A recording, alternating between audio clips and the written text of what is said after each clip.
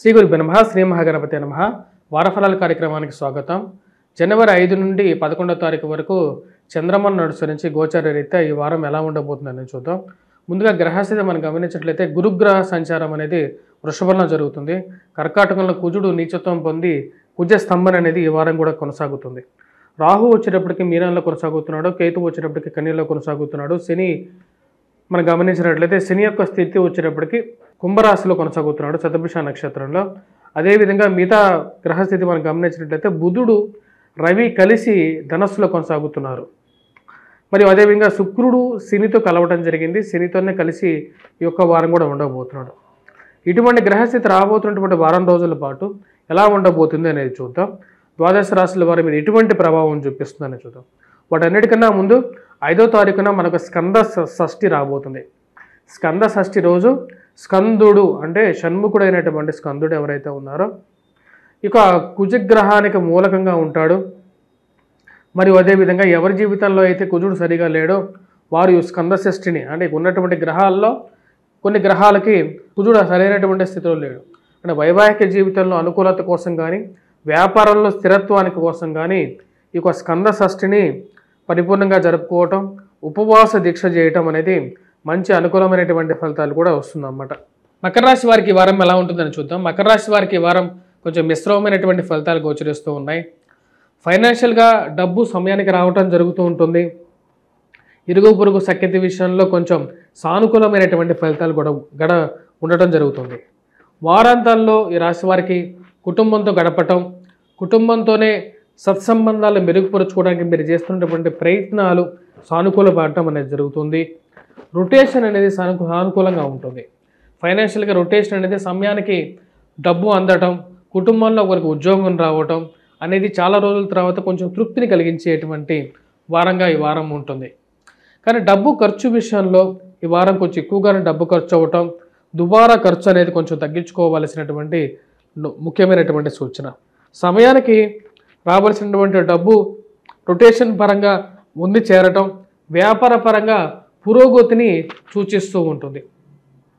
పిల్లలు ఎదుగుదల, పిల్లలు అందుకుంటున్నటువంటి మంచి పరిణామాలు ఏవైతే ఉన్నాయో అంటే వారి జీవితంలో సాధిస్తున్నటువంటి విజయాలు, సాధించబోతున్నటువంటి విజయాల గురించి మానసిక సంతృప్తి, వారి మీద ఒక నమ్మకం అనేది ఒక మంచి పరిణామంగా మీరు భావిస్తారు.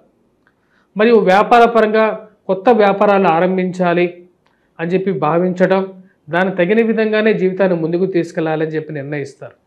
బుధుడు అనుకూలమైనటువంటి స్థితిలో ఉన్నాడు. ఈ రాశి వారికి 10వ స్థానంలో ఉన్నటువంటి బుధుడు యోగకారకుడు. రొటేషన్లో అనుకూలమైనటువంటి ఫలితాలు ఇవ్వగలుగుతాడు. కానీ డబ్బు ఖర్చు కూడా అదే విధంగా ఉంటుంది. రవితో కలిసి ఉన్నటువంటి బుధుడు ఖర్చు విషయంలో కొంచెం జాగ్రత్తగా ఉండాలని చెప్పి నిర్ణయించుకుంటారు. ఖర్చుని ఎలా కంట్రోల్ చేసుకోవాలి, ఖర్చు విషయంలోనూ కట్టవలసినటువంటి డబ్బులు అప్పు విషయంలోనూ కొన్ని జాగ్రత్తలు తీసుకోవాలనుకుంటారు. శారీరక శ్రమ అనేది ఎక్కువగా ఉంటుంది. మీరు ఎంతో మంచి హృదయంతో ఎదుటి వారికి సహాయం చేస్తారో కానీ వారు తిరిగి అటువంటి సహాయం మీరు ఎప్పుడైతే ఎక్స్పెక్ట్ చేస్తారో వారు చేయరు. ఇదే సమాజ గుణం అని చెప్పి మీరు భావిస్తారు. ఎందుకంటే మీరు ఎంతో మంచిగా వారికి ఉంటారో అంత వినయ విధేయతలు వారికి ఉండవు అని చెప్పి మీరు భావిస్తారు.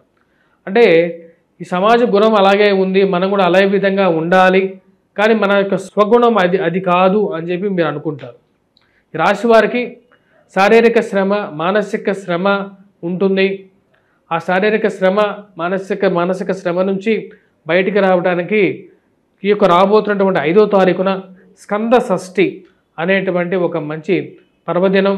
ఆ రోజున కుజుడికి అధిపతి అయినటువంటి సుబ్రహ్మణ్యేశ్వర స్వామి ఆరాధన చేసుకోవటం ద్వారా వైవాహిక జీవితంలో ఉన్నటువంటి ఇబ్బందులు, ఈ ప్రేమ సంబంధితమైన వ్యవహారాలు కానీ, మధ్యవర్తి పంచాయతీల విషయంలో కానీ, పోలీస్ స్టేషన్లలో ఉన్నటువంటి పంచాయతీలు, కోర్టు సంబంధితమైనటువంటి లావాదేవీలు, రెండో వివాహ ప్రయత్నాల్లో ఎదురవుతున్నటువంటి కష్టాల నుంచి ఆ స్కందుడు మనల్ని కాపాడగలుగుతాడు. ఎందుకంటే కుజుడికి ఆధిపత్యాన్ని తీసుకున్నటువంటి వాడు స్కందుడు, శివపుత్రుడు. అటువంటి పర్వదినం రోజు ఈ యొక్క షణ్ముఖుడిని షష్ఠి రోజు పూజించడం అనేది శుభ పరిణామంగా అది గోచరిస్తూ ఉంటాయి. అదేవిధంగా విద్యా సంబంధితమైన విషయాల్లో విద్యార్థులు ముఖ్యంగా సానుకూలమైనటువంటి ఫలితాలు పొందగలుగుతారు.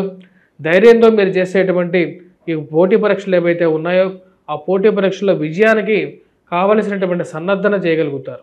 మ్యాథమెటిక్స్లో ఉన్నటువంటి విద్యార్థులు కొంచెం మిశ్రమమైనటువంటి ఫలితాలు కూడా పొందగలుగుతారు. కుజుడి యొక్క స్థితి బాగలేదు. విద్యా సంబంధితమైన విషయాల్లో ముఖ్యంగా మ్యాథమెటిక్స్లో కానీ యాప్టిట్యూడ్స్ గురించి కానీ ఈ యొక్క విషయాలు ఎవరైతే చదువుతున్నారో వారు కొంచెం ఈ యొక్క కుజాష్టకాన్ని పాటించడం కానీ, స్కందుడిని పూజించడం కానీ, హనుమాన్ చాలీసా కానీ చేయటం ద్వారా మంచి ఫలితాలు పొందగలుగుతారు.